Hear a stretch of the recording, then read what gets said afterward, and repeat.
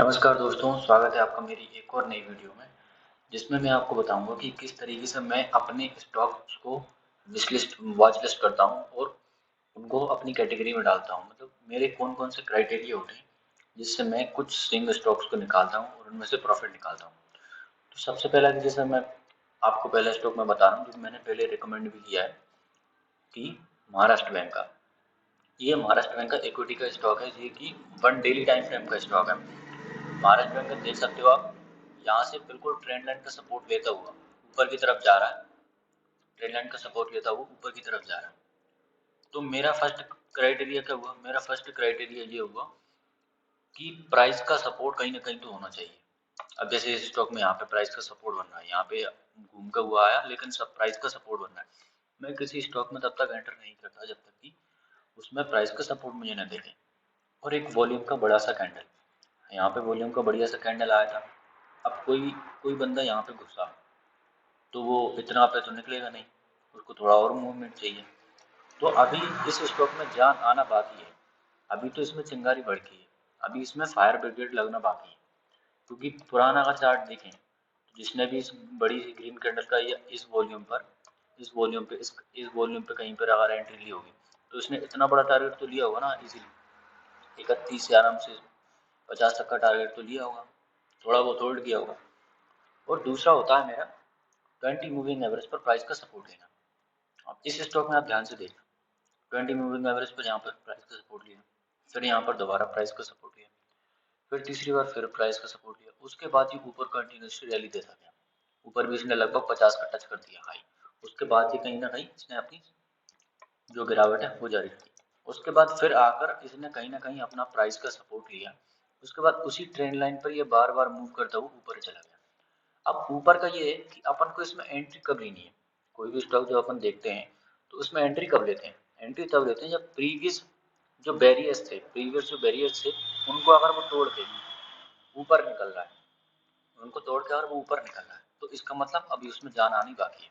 इसका मतलब अभी उसमें और लोग एंट्री लेंगे। ठीक है, तो इस हिसाब से अपन उसमें क्या करते हैं, एंट्री लेते हैं।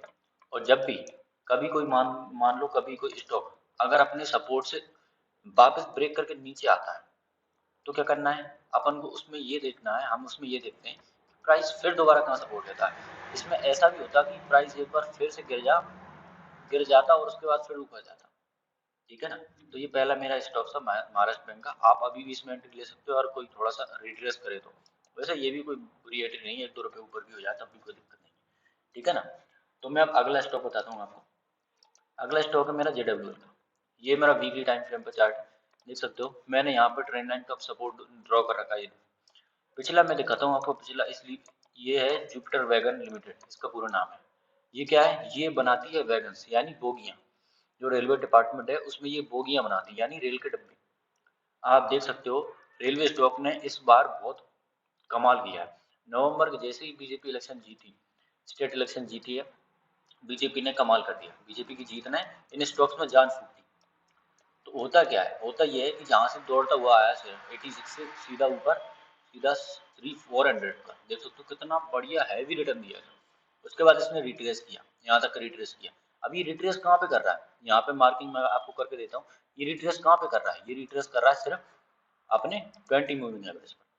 ये रिट्रेस कहाँ पे कर रहा है, अपने 20 मूविंग एवरेज पर। ये रिट्रेस कहीं पे यहीं पे आकर कर रहा है। तो यहाँ पे अपना क्या है, 20 मूविंग एवरेज। ठीक है ना। तो इसलिए अपन 20 मूविंग एवरेज को क्यों सपोर्ट करते हैं, वो इसलिए सपोर्ट करते हैं क्योंकि वो प्राइस सपोर्ट कहीं ना कहीं तो सपोर्ट लेगा। वो जहाँ भी सपोर्ट लेगा अपन वहाँ पे घुसेंगे। और 20 मूविंग एवरेज का सपोर्ट ये होता है पिछले 20 ट्रेडिंग सेशंस, पिछले 20-20 ट्रेडिंग सेशन जो होते हैं उनमें कहीं ना कहीं प्राइस ने सपोर्ट लिया है। तो फिर हम मान सकते हैं कि 20 डेज का वॉल्यूम बहुत होता है। इसमें आप देखोगे तो वॉल्यूम देखो कितना है, 19.458 मिलियन। और अभी भी कंटिन्यूसली ये जा ही रहा है। मैंने इस कैंडल पर ब्रेकआउट पे एंट्री दी थी 337 पे, उसके बाद ये कंटिन्यू ऊपर जाएगा। तो अभी इसमें टारगेट बड़ा आना अपना बाकी है। 337 हो चुके हैं, 437, उसके बाद 537 भी हो सकता है, क्योंकि ये रेलवे का स्टॉक है। तो आप इसे जितना चाहो उतना होल्ड कर सकते हो, कोई दिक्कत नहीं है। ठीक है। अगले स्टॉक की मैं बात करता हूँ, वो है अपना RBN लिमिटेड। ये भी रेलवे का स्टॉक है, रेल विकास निगम। इस स्टॉक पर मेरी नज़र तब से है जब से रेलवे ने अपना बजट अलग किया, RVNL रेल विकास निगम। रेल विकास निगम क्या होता है? जो रेल का जो विकास होने वाला है उसका निगम, ये पूरा पूरा सब कुछ देखता है। अब यहाँ पर अपन एंट्री कैसे बनाते हैं? प्राइस तो लगातार भाग रहा है, वो कहीं सपोर्ट ही नहीं ले रहा। यहाँ से देख सकते हो, यहाँ पे सपोर्ट लिया, उसके बाद इतना भागा, फिर भी कहीं सपोर्ट नहीं लिया, यहाँ पे सपोर्ट लिया। तो अपन क्या करते हैं? अपन फिबोनाची को यूज करते हैं इस टाइम पे। फिबोनाची कैसे? प्रीवियस स्विंग को यहाँ तक हाई तक टच कर दो, यहाँ से टच किया मैंने, अब ये कहाँ पे सपोर्ट ले रहा है? या तो ये 0.5 पर सपोर्ट लेना चाहिए या 0.6 पर सपोर्ट लेना चाहिए। इसने 0.5 पर भी सपोर्ट लिया, फिर 6 पर भी सपोर्ट लिया, फिर एक नीचे आया, तो अब ये 0.7 पर सपोर्ट ले रहा है, लेकिन 7 अपना किसी काम का, क्योंकि वहां पर अपना क्या आया था? 20 मूविंग एवरेज, और 20 मूविंग एवरेज पे जब इसने सपोर्ट लिया, तो अपना जो कन्विक्शन था वो और भी स्ट्रॉन्ग हो गया कि अब तो ये भागेगा, 100% भागेगा। और उसके बाद यहाँ पर अपना अक्टूबर और धीरे धीरे नवंबर, और नवंबर में जैसे बीजेपी इलेक्शन जीती, इस प्राइस ने अभी तक का सबसे बड़ा हाई मारा 320। कहाँ पे था शेयर? 130, 138, 150, 150 का शेयर सीधा 300। यानी आपका 1 से 1.5 महीने में पैसा डबल कर दिया, डबल। जो ऑप्शन जो भी लोग करते हैं ना, ऑप्शन ट्रेडिंग जो भी करते हैं, वो कैसे क्या भागते हैं एक दिन में डबल? ऐसा नहीं होता है, उनमें मूवमेंट बहुत रहता है। आपका थीटा डीके वगैरह और सब भी बहुत से रीजन होते हैं जिसकी वजह से आपका प्राइस लॉस में चला जाता है। तो अगला स्टॉक मैं आपको बताता हूँ, वो है अपना IRFC लिमिटेड। रेलवे के जितने स्टॉक थे उन सब में पैसा लगाया था पब्लिक ने, सब ने, हर इन्वेस्टर ने रेलवे के स्टॉक में, क्योंकि रेलवे का डेवलपमेंट बहुत तगड़ा होने वाला है।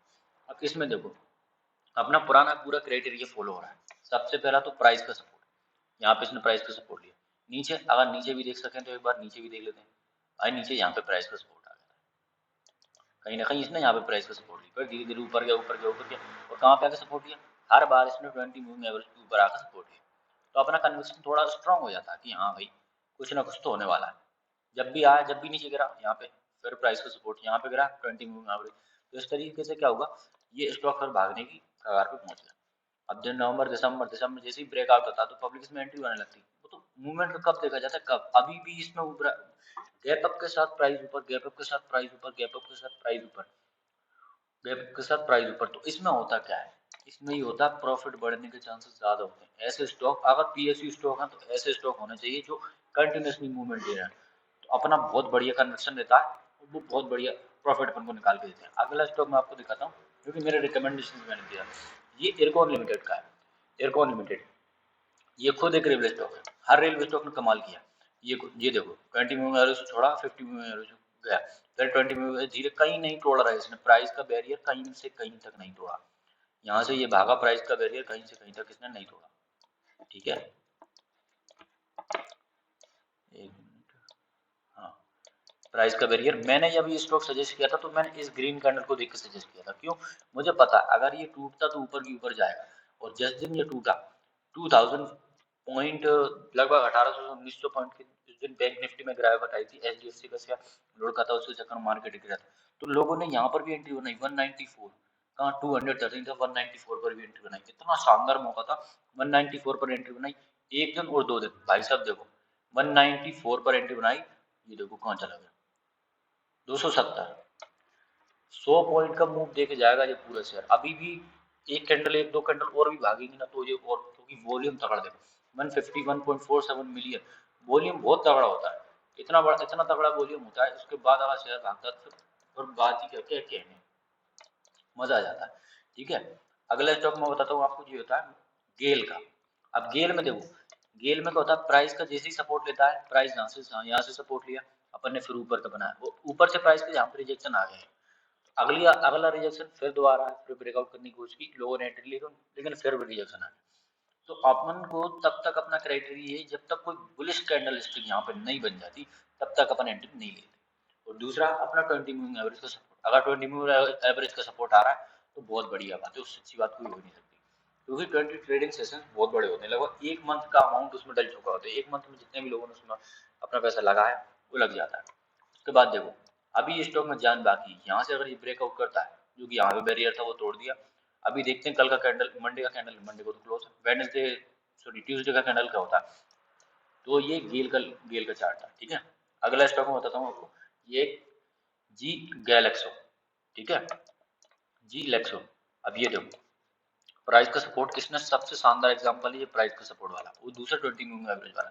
देख सकते हो यहाँ पे 20 मूविंग एवरेज था, प्राइस का सपोर्ट था, ऊपर गया ऊपर गया ऊपर गया, ठीक है, फिर से ऊपर गया, फिर से 20 मूविंग एवरेज सपोर्ट, फिर नीचे आया, फिर यहाँ पे प्राइस का सपोर्ट। अब ये प्राइस का सपोर्ट वहीं पे सपोर्ट है, यहाँ पे पहले लिया था, ये जो यहाँ पे यहीं पे सपोर्ट लिया, यहाँ पे दोबारा फिर से सपोर्ट लिया, उसके बाद अपन ने थोड़ा सा ये ऊपर ब्रेकआउट कर दी, इस लाइन को ब्रेकआउट कर दी और ये एक बार 20 मूविंग एवरेज के ऊपर आ जाए, उसके बाद फिर देखो प्राइस में रैली कहाँ पे था ये, अगर किसी ने यहाँ पर भी एंट्री किया हो 1400 या 1500 का रेंज रेंज रेंज मान के चलते, 1500 पे भी रेंज मान के चले तो भी 1500 का 2300 2400 रुपए कर दिया उसने, 800 800 रुपए का, 800 पॉइंट बहुत होते हैं।